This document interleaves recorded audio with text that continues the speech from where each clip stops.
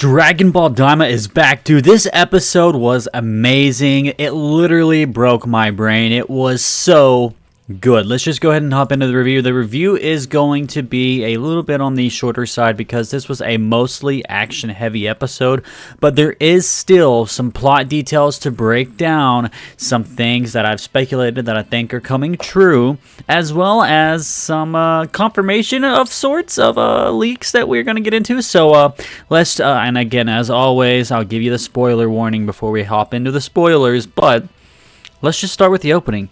It was pretty funny. Goku says, "Who the heck are you guys?" Kind of serious, kind of funny moment. And Ku just lets himself be known, and I thought it was funny because Arinsu was like, "Why are you introducing yourself first?" So, again, I always said it, are these the guys? Because there were some people complaining, why do I like Ku? I don't want Ku to lose. Why are they making me like Ku and Do? And I had speculated, oh, well, you know, maybe they're just, you know, kind of being fun villains and things like that. But there were also times where I speculated that they're probably not the final villains, and they are not, obviously. And then we cut to Glorio, who obviously is caught off guard by, of course, Arinsu and Ku and Do being here. He did this at the end of the last episode as well, very clearly. What are they doing, you know? So he's working for Arinsu, but Arinsu seems to be making plays behind his back that he was not aware of, which, of course, tells me that we are probably getting a Glorio turn. So he's probably gonna, you know, join up with Goku officially. And I think that Goku won't take it too seriously whenever it comes out that Glorio's been working for Arinsu behind the scenes, because as we know later in this episode, Arinsu and her two Majins end up working alongside Goku anyway. So this was funny, of course. Majin Ku saying he lost to the Tamagami, and then Goku, of course, saying, "Why are you acting so proud?" Again, funny stuff. Ku is just hilarious. I'm really enjoying Ku still yet. Crazy to think there was a time frame when people hated this guy, and now he's basically universally loved by the fandom. And of course, Goku with his pretty cool, even though he's a kid, I mean, he's an adult inside a kid's body, of course, but you still get that sense that he's still that stern Goku, you know, very silly, but, you know, when it comes to fighting and serious things like that, he can be pretty stern. I do want to say this is a little bit more closer to Z Goku than Super Goku that we have seen. I know some people are some people really don't like how Super Goku was written. I never really had that much of a problem with it. I think they tried to return Goku and Super a little bit more to being a bit more like a child. But ironically enough, Daima Goku, even though he's a kid, he gets dialogue like this, and it just harkens back to Dragon Ball Z Goku, if that makes sense. Then, of course, we get some interaction between Supreme Kai and Arinsu. So Supreme Kai guesses Arinsu wants to become Supreme Demon King, just like Degusu does, which is Supreme Kai, if that's the case, she wouldn't really need the Dragon Balls. No, Arinsu wants to use the Dragon Balls to make a stronger, more terrifying demon realm. Now, Vegeta tries to get more information out of Arinsu at this point, but she basically just shrugs him off. And then, of course, she decides that they should fight, and then they basically pick their champions. Of course, Arinsu chooses Do, obviously. And then Goku ends up taking the fight because Vegeta got to fight the last Tamagami. Now, one thing I want to come back to is, even though Vegeta asks about what her plan is, she shrugs him off and basically says, "You're pretty cocky for a kid." And we don't really learn, like, what is Arinsu's plan. I don't know if we're going to learn her plan. I guess it might just be up in the air and we just don't really figure it out. But as we see Bulma say, if you're an adult, then just let him fight Vegeta. I always thought this was funny because he is an adult, but he's in a kid's body. Like, it's like some visual humor that Toriyama was playing with here, so that's pretty cool. And again, Toriyama did a lot of work on this series, but I don't know how much of this dialogue he wrote, but if he didn't write this is so Toriyama. Also, it looks like there's a little animation error here. Looks like the shadow here is blue instead of the skin color. Interesting, because we know that's not her hair, because her hair is right here. So very small mistake, of course. Now, this is a clear reference to the Dragon Ball manga cover of Kid Goku holding his power pole. So very cool, like a visual reference there. I loved this shot. It was so amazing. And then, of course, him fighting Majin Buu with the power pole is awesome. A lot of this review is just going to be me glazing the animation, because the animation was phenomenal. And then, of course, the shot here looks amazing, dude. And this little scene here looks cool, too. I mean, this whole fight, I was like, if all we're getting is Goku versus Do and Ku for this episode, I'm in. And then, of course, Gomah shows up with the third eye. He is pretty cool. I'll be honest, I was, like, if you watch my last review, I was complaining about him still having the oval head and thinking it would look silly. And it does. It looks silly, but they sell it. I hate to be that guy, but it's so unapologetically Toriyama. He probably did the artwork because you can just tell, like, the proportions, the rounded edges and things. It's just so Toriyama. I love it. It's amazing design for a villain. Just really good looking. And I liked seeing, finally, Abra with the evil third eye here.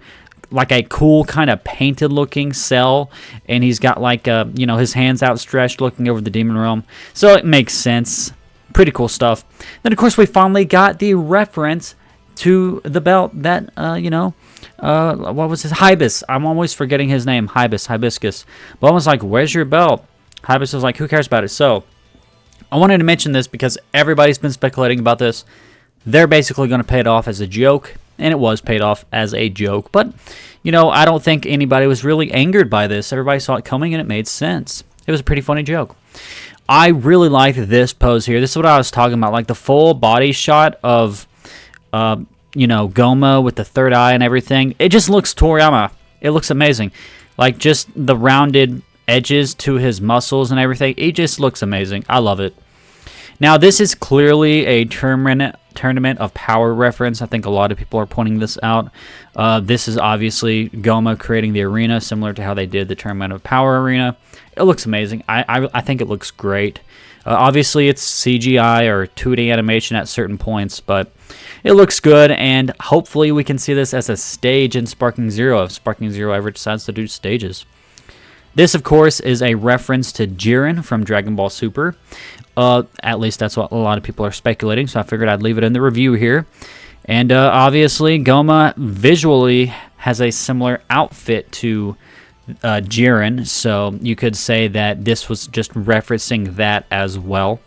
So that's something to take note of. And we do know that like demons are cross-universal, so maybe a demon founded the Pride Troopers at one point, and they were wearing clothes similar to that of Gomah.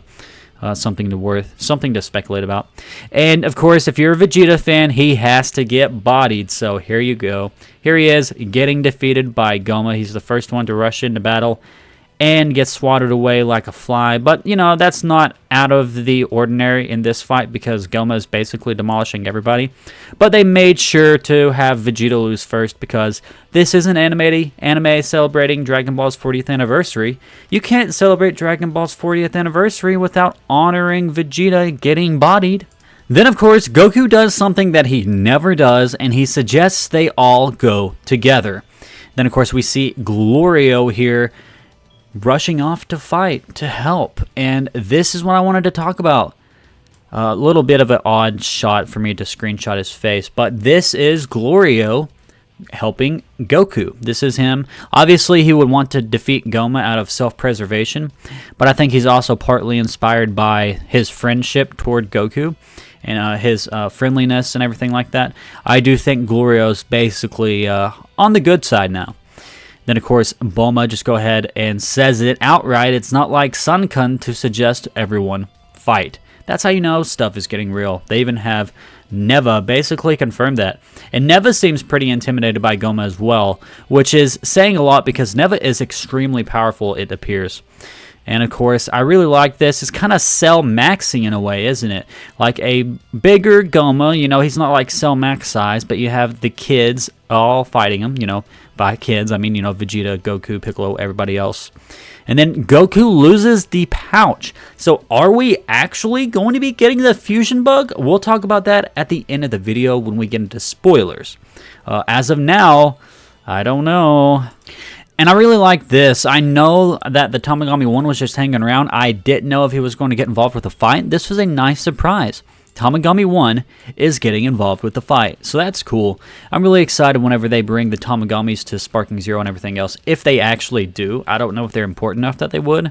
But they're just such cool characters, and I'm glad that they're actually utilizing them more than just to do the whole Dragon Ball hunting section of the anime. And then, of course, Do is actually coming in clutch a lot in this fight. He's just going, and he's like basically wrapping himself around Gomah to offer any help he can. Obviously, it ultimately doesn't really do a lot, but it does a little bit of something.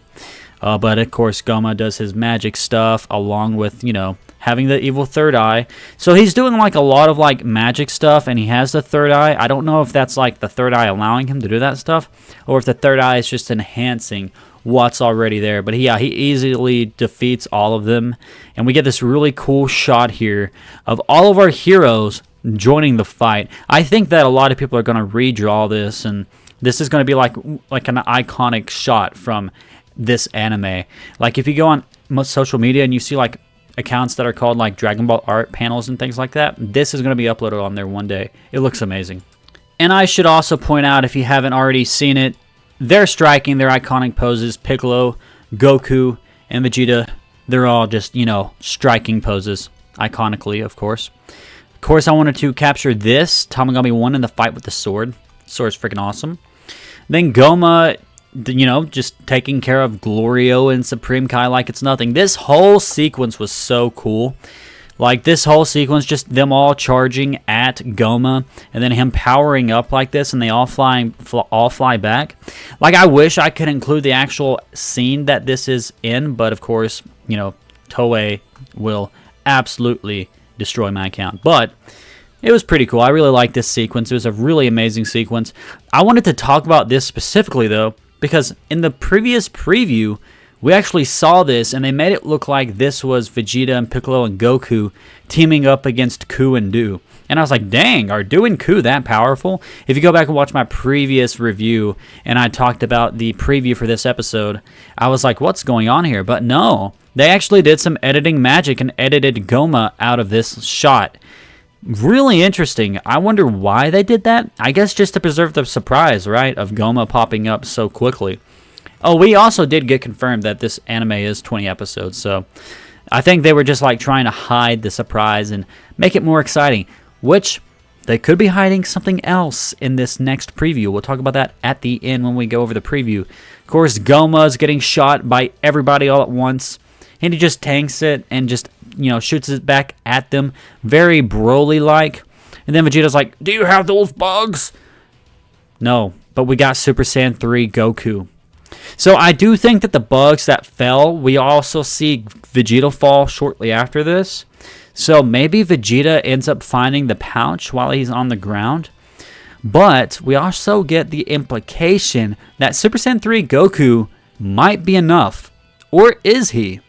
If I had to give this episode a review, I would give it a 9 out of 10. I would say this is pretty on par with the first episode, which I think I also gave a 9 out of 10. Actually, no, I give this episode an 8.8. No, I'll just give it an 8.5 out of 10. I give it an 8.5 out of 10. I think it's like really good visually. It looks amazing. I don't want to say it's a perfect episode, but man, was it amazing. I really enjoyed it. And of course, the surprise of Goku. If this episode ended and Goku didn't transform, I would give it an 8 out of 10. But I gave 0.5 extra because Goku went Super Saiyan 3. And look, they actually give him black pupils. Anyway, this was a pretty cool episode, as you can see from the timestamp. A little bit of a shorter review. But let's go ahead and get into the preview. And in this preview, I'll be mentioning leaks and spoilers. So if you don't want any information, click off the video. Alright, so I went ahead and took this single screenshot right here. It looks amazing. But look at this one. Look at those eyes. No pupils. Weird. Is this an animation error, or are they hiding something else? If you look at the title, it says Awakening. And of course, according to leaks, what do we know? Goku gets a new transformation. Could this be his new transformation, and they did some clever editing and went ahead and made it look like he's Super Saiyan 3 at this moment, but really, he's something else, and they just forgot to give him the black pupils? Or did they just forget to give him the black pupils and he's still Super Saiyan 3 in this episode at this point, and they just didn't give him the black pupils? Who knows? But they made sure to give him the black pupils here, so it's interesting that he doesn't have them here. And this is a pretty close-up shot. So I'm thinking maybe they did some trailer preview magic and edited out his transformation, or this is just a animation mistake. Now, the episode is still called Awakening, so I do think we're either going to get a new Goku form, or we're going to get the fusion bug finally making its appearance. I guess it could be possible that Goku could, transform and get a new form, and then someone else on the team could use the fusion bug and transform into a new character. But we also have 2 fusion bugs, I think, if I remember correctly. There are still 2 fusion bugs left. So I do think that they could have a new transformation and some other transformation, or they'll just use 1 fusion bug and that's fine. So yeah, obviously if it's called Awakening, we're getting an awakening of some sorts. Some people were pointing out that in Dragon Ball Z, the episode where Gohan transforms is also called Awakening.